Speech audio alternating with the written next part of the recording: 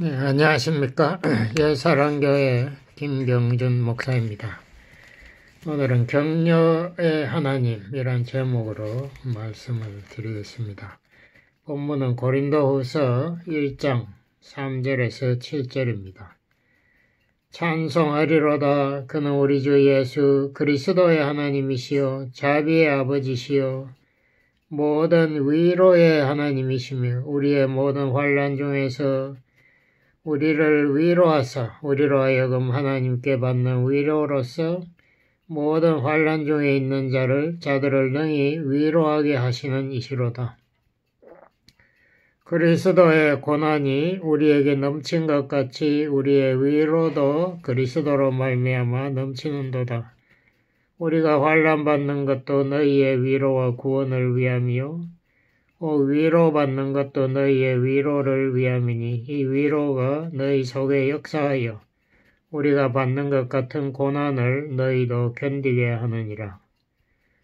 너희를 위한 우리의 소망이 견고함은 너희가 고난에 참여하는 자가 된 것 같이 위로에도 그러할 줄을 알미라. 아멘. 지금의 시대는 우리가 절망의 시대라고 부를 만큼 문제가 많은데 특히 경제적으로 빈부격차가 이 인류 역사상 아마 최악의 시대가 아닌가 이렇게 생각합니다. 부자 1%가 세상의 모든 부의 40% 정도를 소유했다는 것을 본 적이 있는 것 같은데요. 이게 앞으로 AI Artificial Intelligence가 인공지능이라고 그러나요? 그게 발달하면은 아마 0.1% 이내의 사람들이 세상의 부의 90% 이상을 소유하게 된다. 이런 보도도 봤습니다. 이러한 상황에서 이 사람들이 살아남기 위한 생존 경쟁이 굉장히 치열해지는 시대가 다가오고 있다고 생각합니다. 또 우리가 중국과 미국의 그 무역전쟁 그것을 보아도 이미 국가 간의 이 경쟁이 치열하게 벌어지고 있지 않습니까? 이러한 또 어려운 시대에 우리 한국인들이 거기에서 이렇게 살아남기 위해서 참 굉장히 불리한 그런 조건을 갖추고 있다고 생각합니다. 왜냐하면 우리 한국 사람들의 그 감성, 이 정서적으로 굉장히 예민하고 연약합니다. 우리가 쉽게 환호하고 분노하고 또 쉽게 우리가 절망하는 그런 굉장히 감성적인 성품을 우리가 타고난 것 같습니다. 제가 의사 선생님들한테 들었는데요. 한국인 중에 우울증 환자가 퍼센티지로 따져서 다른 민족의 거의 2배가 된다고 그런 이야기까지 들었습니다. 그러니까 우리는 굉장히 이 우울증을 많이 앓고 있고 또 이 통계는 여러분도 다 보셨겠지만 자살률이 그 OECD 세계에서 가장 발전한 나라들 중에서 넘버원 된 지가 벌써 오래됐죠. 계속 우리는 이렇게 좋지 않은 이러한 통계에서 우리가 앞서가는 이런 문제가 있습니다. 이러한 그래서 어떻게 우리가 극복할 수 있는가? 이것을 우리가 심각하게 생각 안 할 수 없는데요. 절망하는 사람들의 일반적인 생각이 공통적으로 이런 것 같습니다. 나는 실패자다. 나는 희망이 없다. 지금 상황에서 내가 탈출할 길은 보이지 않는다든가 또 아무도 나를 좋아하지 않는다 혹은 나에 관심이 없다. 이런 부정적인 생각으로 머리에 꽉 차 있게 되면 사람들이 견디기 힘들어지죠. 이 부정적인 생각이라는 것이 정말 사람이 해롭습니다. 근데 우리가 어릴 때 성장하는 과정에서 우리가 긍정적인 이야기 별로 들은 적 많이 없지 않습니까? 가끔 정말 뭐 한두 번씩 듣는 경우도 있겠지만은 대부분의 사람들은 부정적인 이야기를 훨씬 많이 들은 게 사실입니다. 예? 나는 뭐 앞으로 희망이 없다든가 뭐 그래가지고 뭐가 되겠나 뭐 누구하고 비교해보라든가 하여튼 이런 아주 부정적인 이야기를 우리는 들어오면서 자랐습니다. 그렇기 때문에 우리가 이제 앞으로 사람들을 대할 때도 우리가 격려하고 이렇게 긍정적인 말을 해야 된다는 걸 알고 있지만은 그게 하기가 쉽지 않아요. 습관이 안 돼 있으니까. 더군다나 이 벌써 몇천 년 내려오는 이 유교 문화가 우리를 굉장히 비판적이고 경쟁적이고 부정적으로 만드는 것 같아요. 그러니까 이 과거 시험에 통과하는 그 극소수의 사람들 외에는 나머지는 전부 뭐좀 보통 이하다. 예, 뭐 바보 비슷하다. 뭐 이런 식으로 이렇게 벌써 사람들의 그 머릿속에 그런 생각이 들어있지 않습니까? 제가 그런 걸 많이 봤어요. 뭐 우리가 이 경쟁이 워낙 치열하니까 국민학교 때부터 막 시험을 치질 않나. 뭐 하여튼 이러한 사회에서 우리가 성장함으로써 우리에 꼭 필요한 것은 어떤 새로운 용기와 격려를 주는 말이 필요한 것 같아요. 예, 우리가 사랑에 대해 제가 몇 번 설교를 드렸는데요. 우리가 사랑 뭐 한다는 생각으로는 그게 별로 도움되지 않고요. 사랑을 제가 몇 번 말씀드렸지만 행동으로 표현해서 전달돼야 되는데 그것에 가장 쉽고 가장 우리에게 이 영향력을 끼칠 수 있는 게 바로 말로 표현하는 것 같습니다. 잠언 18장 21절에 이런 말씀이 있어요. 죽고 사는 것이 혀의 권세에 달렸나니. 참 이건 무서운 말이죠. 우리의 그 혀의 권세, 우리 말에 이 능력, 권세가 있다는 말인데요.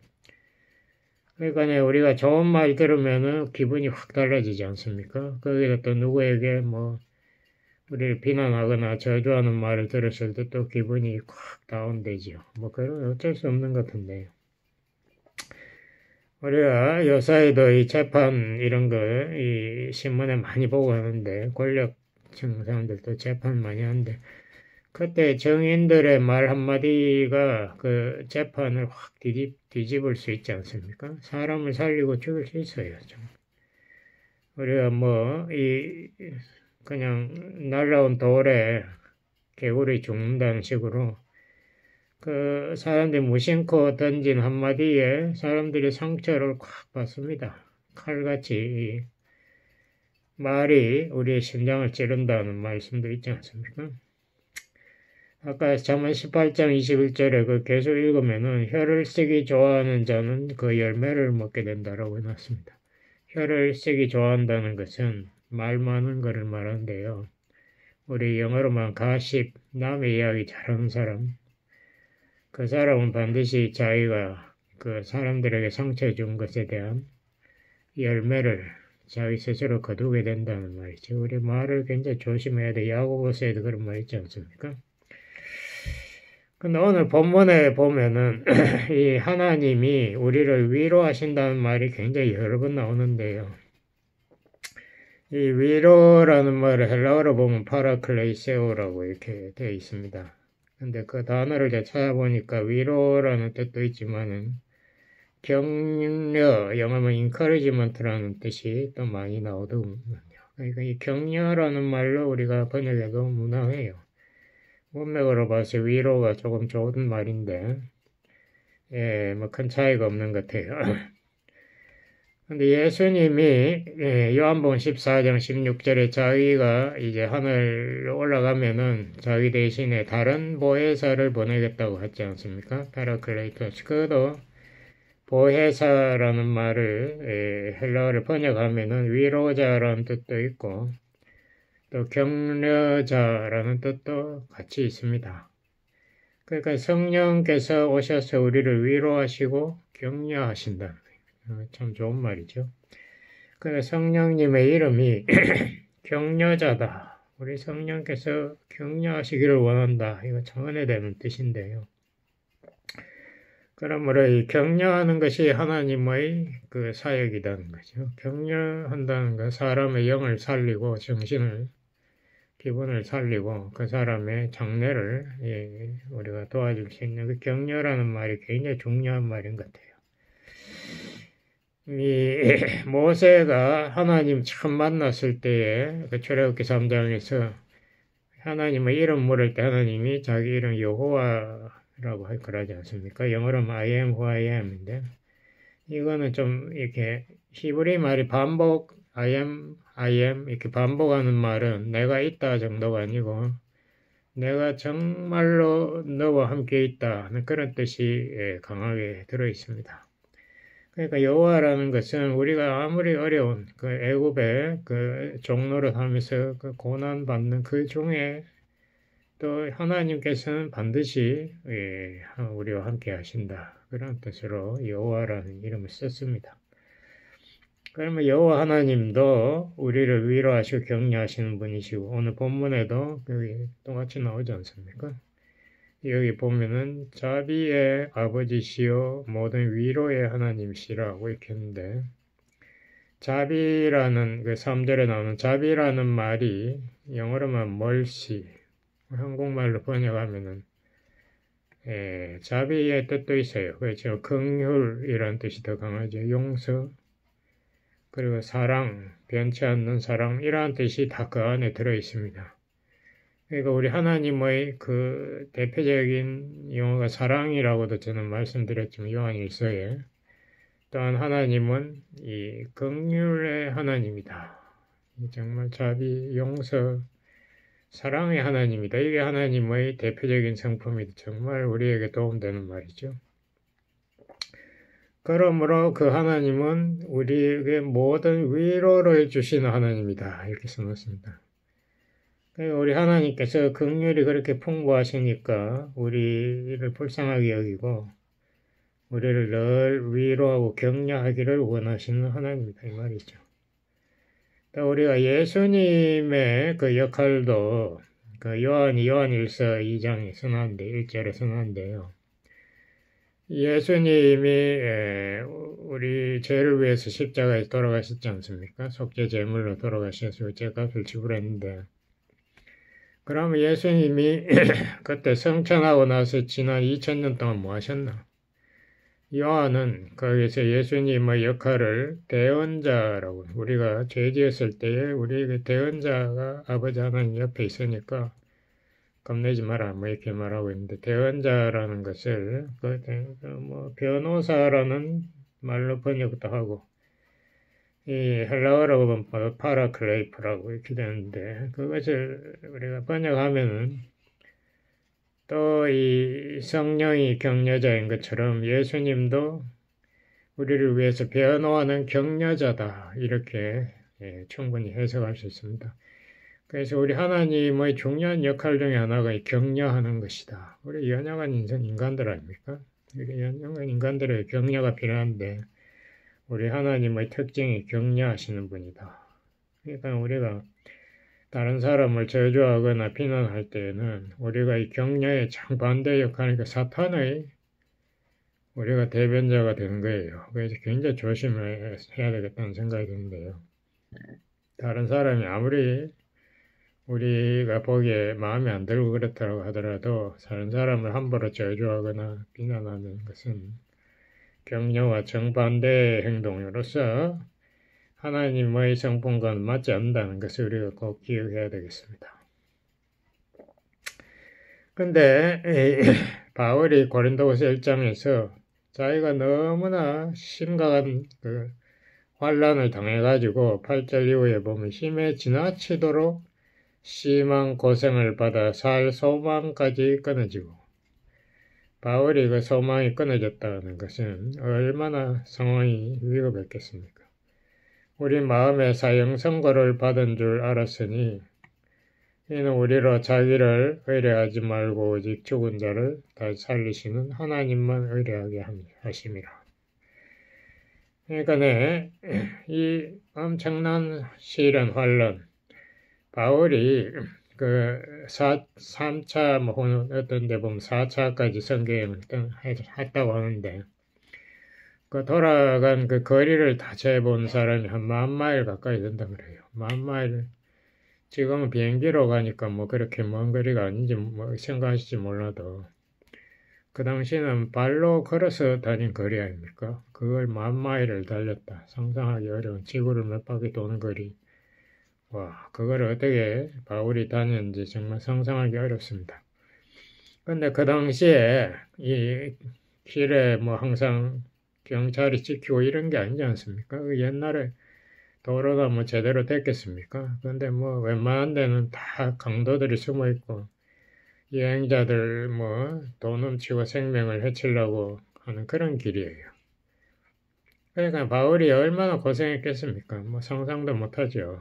거기에서 뭐 이 가진 거 다 뺏기는 건 물론이고 뭐 유대인들이 죽이려고 그러고 또 온갖 사람들이 자기를 해치려고 하는 그런 상황에서 바울이 소망이 끊어졌다까지 이야기하는 그런 상황에서도 이 위로의 하나님이 자기들에게 넘치게 위로함으로써 살아났다 이렇게 이야기하고 있습니다.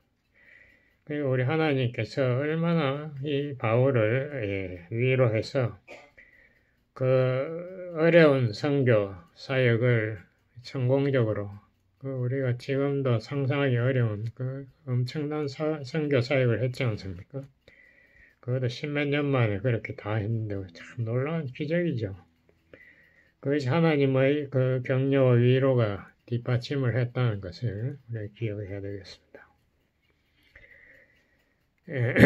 그래서 이러한 위로가 사도 바울이 엄청난 위로를 또 받아서 자기도 다른 성도들의 어려움을 또 위로할 수 있게 되었다라고 이렇게 또 고백하고 있습니다. 그러니까 우리 하나님의 그 위로와 격려를 받은 우리는 또 이웃을 위로 격려해야 된다 이 말이죠. 히브리서 10장 24절 25절에도 그 말이 있지 않습니까? 서로 돌아보아 사랑과 선행으로 서로 격려하며 그러니까 서로 사랑을 더 베풀고 선행을 더 베풀으라고 서로 격려하며 이게 명령이에요. 우리가 다른 사람의 작은 그런 선행도 우리가 격려해야 된다는 거죠. 그게 우리의 책임이에요. 또 우리가 보면은 성경 말씀이 쓰여진 목적의 하나가 이 격려입니다. 로마 15장 4절에 보면은 성경의 말씀이 우리에게 위로와 격려를 통해서 소망을 가지게 하도록 그렇게 적혀 있다라고 말하고 있습니다. 그러니까 우리가 성경 말씀을 보면은 뭐 인간에 대해서 실망도 많이 하고 여러 가지 사탄의 그 유혹과 온갖 그런 어려움 그런 것도 적혀 있지만은 그 모든 것을 믿음으로 극복하는 그 하나님의 도우심 또 그것을 또 순종으로 승리하는 성도들 그러한 것을 보면서 우리가 위로와 격려를 받으라고 이 성경 말씀이 적혀 있다 이거죠. 우리가 신약 성경에만 봐도 격려라는 단어가 150번이 나온다고 합니다. 그러니까 상당히 중요한 단어로 나오고 있죠. 그래서 우리가 좀 더 이 격려하는 이 사역 이것을 강조해야 되겠다고 생각합니다. 우리가 예수님이 그런 말 했지 않습니까? 네가 작은 일에 충성하였으므로 뭐 큰 고울을 맡기겠다 이런 말씀 달란트 비에도 나오고 하는데 우리가 서로 간에 이 격려한다는 것 이것이 참 중요한 사역의 한 부분이다 이렇게 생각합니다. 왜 그런가 하면은 이 인간은 너무나 연약하니까 그리고 이 세상은 너무나 악해요. 죄악이 가득 차고 이것이 사람들을 잡아먹을 이리같이 정말 사탄이 사자같이 우르렁거리는 세상이라고 적혀있는데 여기에 성도들이 믿음을 지키고 이 하나님의 그 부탁한 사역을 충성되게 하기가 저간 어렵지 않습니다. 거기에 이 성도들에게 많은 격려가 필요한 거예요. 옛날에 그 영국에 살 존 버년이라는 사람이 그 당시에 종교개혁 이전인 걸로 저는 기억하는데 자기가 자격증, 그러니까 목사 자격증 뭐 이런 게 없이 성경 말씀을 이제 사람들에게 전파했다고 이 사람이 2번이나 감옥에 갇혔습니다. 얼마나 억울하겠어요. 어떻게 생각하면 정말 이 바울이 필리포 감옥에 갇힌 그런 비슷한 케이스인데 그래서 그 감옥에 살 일이 없으니까 이 사람이 책을 쓴 거죠. Pilgrim's Progress, 우리말로 순례자의 삶이라 이런 책을 썼는데 이 순례자라고 이렇게 말하는 것은 이 하나님의 부르신 사명을 향해서 뭐 나아가는 그런 좋은 뜻도 있지만은 그의 삶이 아주 험난하다는 그런 뜻을 내포하고 있습니다. 우리가 믿음으로 살려면 많은 시련을 통과해야 된다는 것을 존 버니안이 잘 그리고 있습니다. 우리가 어떻게 그러면 이렇게 격려할 수 있을까? 여기 몇 가지 제가 말씀을 드리고자 하는데요. 첫 번째로 우리 하나님은 우리에게 뭐 감정도 주셨지만 의지력을 주셨습니다. 그러니까 감정이라는 것을 따라가면은 많은 경우에 시험에 넘어지죠. 왜냐하면 감정이라는 게 제가 강의 보니까 이게 판단력이 없더라고요. 뭐 기분이 좋으면 막 뭐 게임 같은 거, 그 운동 경기 같은 거 보면 사람들이 막 미친 듯이 환호질을 하고 흥분해가지고 뭐 아우성을 치고 뭐 자기 뜻대로 무슨 성공이 됐으면 막 기뻐가 날뛰고 하는 게 이게 감정이라는 게 그게 옳은 건지 나쁜 건지 판단력이 없어요. 그냥 뭐 흥분해가지고 또 안 되면 또 막 절망해가지고 그렇게 이 감정을 사람이 따라가면 반드시 실패하게 됩니다. 감정을 따라가면 안 되고 의지, 이 믿음이라는 것도 의지라고 그랬죠. 믿음이라는 것도 하나님 말씀, 약속의 말씀을 내가 믿고 순종하겠다는 그런 행동, 결단이 바로 믿음입니다. 믿음이 뭐 지식적으로 알고 동의하고 이런 게 아니에요. 그렇게 우리가 의지적으로 결단할 때 감정이 따라오는 거 아닙니까? 그 캠퍼스 크루세이드 그 사형리 기차 예와 제가 여러 번 말씀드렸지만 거기에도 하나님의 약속의 말씀을 내가 마음의 믿음으로 결단하고 받아들일 때에 그 다음에 마음에 감정이 평안이나 뭐 감사나 기쁨이 따라오는 거죠. 그래서 우리가 결단한다는 것이 굉장히 중요한 제가 이것도 몇 주 전에도 말씀드렸죠. 내가 이웃 사람들, 내가 가까운 사람들 특히 그 사람들이 세상에서 가장 소중한 사람들로 존중하겠다. 내가 그렇게 마음의 결단을 해야 돼요. 그렇게 할 때에 나의 삶도 바뀌고 내가 그 사람을 보는 관점도 달라져요. 이 결단이 참 중요한데 제가 그런 이야기 들었습니다. 물에 컵에 물이 반이 있다. 어떤 사람은 그걸 보고 물이 이제 반밖에 안 남았네 못 자고 불평하는 사람도 있지만 어떤 사람은 또 물을 내가 마셨는데도 아직 반이 남았구나 긍정적으로 생각하는 사람도 있어요. 그 결단에 나서 보는 그 관점이 확 달라지지 않습니까? 그러니까 내 마음의 결단이 아주 중요합니다. 긍정적으로 보자 이거예요. 긍정적으로 생각하고 긍정적으로 말하자. 이것이 우리가 격려하는데 꼭 필요한 이 자세가 되겠습니다. 내가 저 사람을 야단치기보다는 내가 저 사람을 칭찬해 주겠다. 마음의 결단이 너무 중요하다. 이거죠. 두 번째는 우리가 감정을 어떻게 다루는가. 우리 한국말에 그런 좋은 말 있지 않습니까? 이심전심, 마음이 마음으로 통한다. 마음이 마음으로 어떻게 통하는지. 이거 우리가 상담 이론에도 나오는데요. 사람이 감정으로 먼저 마음이 열립니다. 그러니까 뭐 이론으로 충고로 아무리 해봐야 듣지 않는데 내가 상대방의 감정을 내가 느낀다. 감정이입이라 영어로 empathy. 내가 상대방의 감정을 내 마음에 느낀다는 것을 상대방에게 표현하면은 그때부터 상대방의 마음이 열린데 이심전심이 통한다. 감정을 받아주는 거, 상대방의 아픈 마음의 아픔, 기쁨 이것을 내가 같이 느낀다는 거. 이것이 우리 성경에도 그것이 꼭 하라고 명령했지만 이것이 엄청난 파워가 있는 겁니다. 그래서 쉽게 말하면 공감하기죠. 우리가 상담자 훈련할 때 제일 처음에 나오는 게 이겁니다. 공감을 해야 돼. 상대방의 감정을 내가 느껴주면은 그 다음부터 대화가 쉽게 풀려나가는 거죠. 그래서 우리가 격려하려면은 먼저 상대방의 마음을 열게 하기 위해서는 우리가 공감을 해줘야 돼. 상대방이 기뻐하면 나도 같이 기뻐할 수 있고, 상대방이 후회하면 나도 같이 후회해주고, 이것을 상대방의 감정을 내가 받아주는 거. 그것이 상대방을 격려하는 데 굉장히 도움되고요. 특히 마음이 아픈 사람들, 슬픈 사람들, 그 사람의 이야기를 우리가 들어줄 때에 그 사람의 마음의 상처가 치료된다. 이거 좀 믿습니다. 많은 사람들이 자기 아픔을 많이 이야기하는 거 제가 들어봤어요. 근데 이상하게 그 이야기를 다 듣고 나면 그 사람이 얼굴이 훨씬 밝아지는 걸 제가 봤습니다. 아, 이거 정말 들어준다는 게 이게 굉장히 중요하구나. 그 사람의 마음의 상처를 치료하기 위해서는 그 사람이 그 생각, 상처를 마음속에 품고 있으면 안 되고 자꾸 이것을 사람들에게 나누게 도와줘야 돼. 그 다음에 세 번째로 우리가 보는 관점을 하나님의 관점으로 보자 이겁니다. 로마서 8장 26절에도 그 말 있지 않습니까? 하나님을 사랑하는 자 뜻대로 부르심을 입은 자들에게는 모든 것이 합력하여 선을 이룬다. 왜냐? 하나님이 그 사람의 생을 주관하시기 때문에.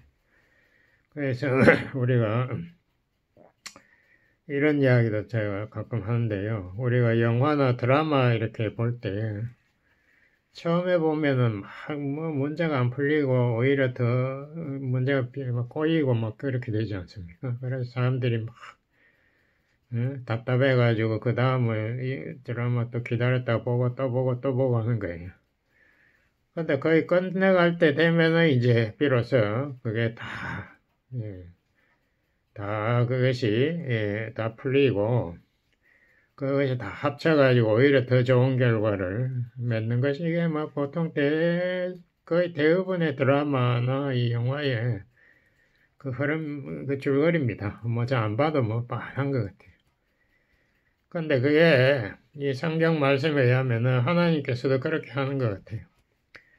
처음에 우리 세상에 뭐 온갖 시련과 죄, 환란 이런 것이 오는 것이 결국은 예수님을 통해서 그 모든 문제가 다 해결됨으로 인해서 우리가 오히려 더 하나님의 사랑과 은혜를 깨닫게 되고 결과가 더 우리가 하나님을 닮아가게 되는 또 하나님께 영광을 돌리는 그런 결과를 가져온다 이거죠. 그래서 우리가 이 격려할 때도 그것을 꼭 이야기해야 돼요. 우리 하나님은 모든 것을 주관하시기 때문에 결코 이것이 우연이 된 것이 아니다. 우리 하나님을 신뢰하고 우리가 믿음으로 나아갈 때에 하나님께서 이것을 다 합력해서 더 좋게 그 하나님의 뜻이 성취되게 도와주신다. 그렇기 때문에 실망하지 말자. 이렇게 빌립보서 4장 6, 7절에도 그런 말 있지 않습니까? 아무것도 염려하지 말고 오직 모든 일에 기도와 간구로 너희 구할 것을 감사함으로 하나님께 아뢰면 하나님의 그 성품, 하나님의 그 평안한 마음, 평강이 우리 마음에 있는 그 생각을 주관하신다. 참 좋은 말씀이에요. 그 다음에 또 우리가 격려하는 것으로 이것을 꼭 지적해 주는 것이 필요한데요. 우리와 동행하시는 그분은 정말 우리를 사랑하시고 또한 그분은 전능자 하나님이시다. 그것을 우리가 꼭 이야기해야 됩니다. 이 시편 23편 4절 그 유명한 구절에 보면 이 말 있지 않습니까? 내가 사망의 음침한 골짜기를 다닐지라도 골짜기라는 것이 보통 땅이 폭 파져 있으니까 거기는 구름이 참 어두움이 그림자가 쳐있는 그런 어두운 데니까 어둡다는 것은 우리가 불안하고 두려운 상황이죠. 앞일을 알 수 없는 그런 상황에서라도 해받을 것을 두려워하지 아니하면 주께서 나와 함께 하심이라. 함께 한다는 그 아까 여호와 I am who I am 똑같은 하나님께서 나와 함께 하시기 때문에 두려워할 이유가 없다. 죄의 지팡이가 막대기가 나를 안위하신다. 보호하시고 인도하신다. 이러한 믿음의 고백, 이거 하나님은 누군가 이것을 우리가 기억할 때 우리 마음에 새로운 용기와 믿음이 생긴다. 그리고 마지막으로 우리 예수님 아까 말씀드렸지만 작은 것 칭찬해주기. 우리가 뭐 큰 거 칭찬할 수 있으면 더 좋지만 작은 것이라도 칭찬해주면 그 사람의 마음에 용기가 생기니까. 미국 사람들 제가 처음에 왔을 때 그런 이야기 많이 들었습니다. Come on, come on, you can do it, you can do it. 네가 할 수 있으니까 네가 지금 해야 된다. 할 수 있다. 힘내라. 뭐 이런 한국말로 힘내라는 말인데. 그런 말을 굉장히 잘하더라고요. 근데 그게 참 들으니까 정말 힘이 나요. 그런 말, 우리가 조그만 뭐 일이라도 너 이것도 했지 않느냐, 너 앞으로 더 잘할 수 있다. 이렇게 격려하는 거 굉장히 중요한 것 같고, 게임 할 때도 옆에 보니까 그 치어리더라고 막 거기서 응원을 하고 밴드가 나와가지고 막 조금만 잘하면 밴드를 뻥뻥 불고 하더라, 나팔을 불고 이렇게 해요. 그리고 볼 때 격려가 정말 중요하구나, 저 그런 걸 느꼈습니다. 이 데살로니가 전서 5장 14절에 보면 이런 말씀이 마음이 약한 자들을 안위하라. 격려하라 똑같은 말인데요. 왜 하필 마음이 약한 자들을 격려하라고 했을까? 마음이 약하다는 것은 소심하다, 한국말 소심. 이게 말하면 쉽게 낙담하는 사람들이죠. 그러니까 이 사람들 쉽게 낙담하니까 포기를 자꾸 하려고 하는 이런 사람들을 격려해주라. 그러니까 우리는 인간이 연약하니까 자꾸 우리 부정적으로 되려고 그러고 소망을 잃어버리려고 그러고 우리가 안 되는 이유를 훨씬 더 많이 찾지 않습니까? 되는 이유보다. 그럴 때에 우리에게 필요한 것이 격려다. 그러니까 우리가 서로 격려해주자. 이 교회 지도자들의 역할에도 그런 게 나오고 디모데후서 4장 2절에 보면은 경책하고 경계하고 권면하라. 권면이라고 하니까 충고로 생각하기 쉬운데 그게 아니고 권면이 격려하라는 뜻입니다. 그러니까 그렇게 해서 이제 이 믿음을 지키게 해달라, 뭐 이런 말이 되겠습니다. 마지막으로 이 사도행전 14장 22절에 보면 이런 말이 있어요. 바울이 1차 선교 여행 중에 루스드라에서 그 유대인들에게 돌 맞아가지고 거의 죽었죠. 그 쓰러져 있는 걸 보고 유대인들이 죽은 줄 알고 이제 돌아갔는데 그 성도들이 이제 모여가지고 기도하고 뭐 이렇게 하고 있는데 바울이 일어났어요. 그러니까 자기가 이제 의식을 회복했는 모양인데 거기에서 이제 성경에 보면 성도들에게 바울이 이렇게 말 하나님 나라에 들어가려면 많은 환난을 겪어야 합니다. 그러므로 마음을 굳게 하여 믿음에 거하라고 권면, 이 격려 똑같으면 격려한다고 바울이 말했습니다. 우리가 참 생각해보면 정말 기가 막히는 이야기입니다.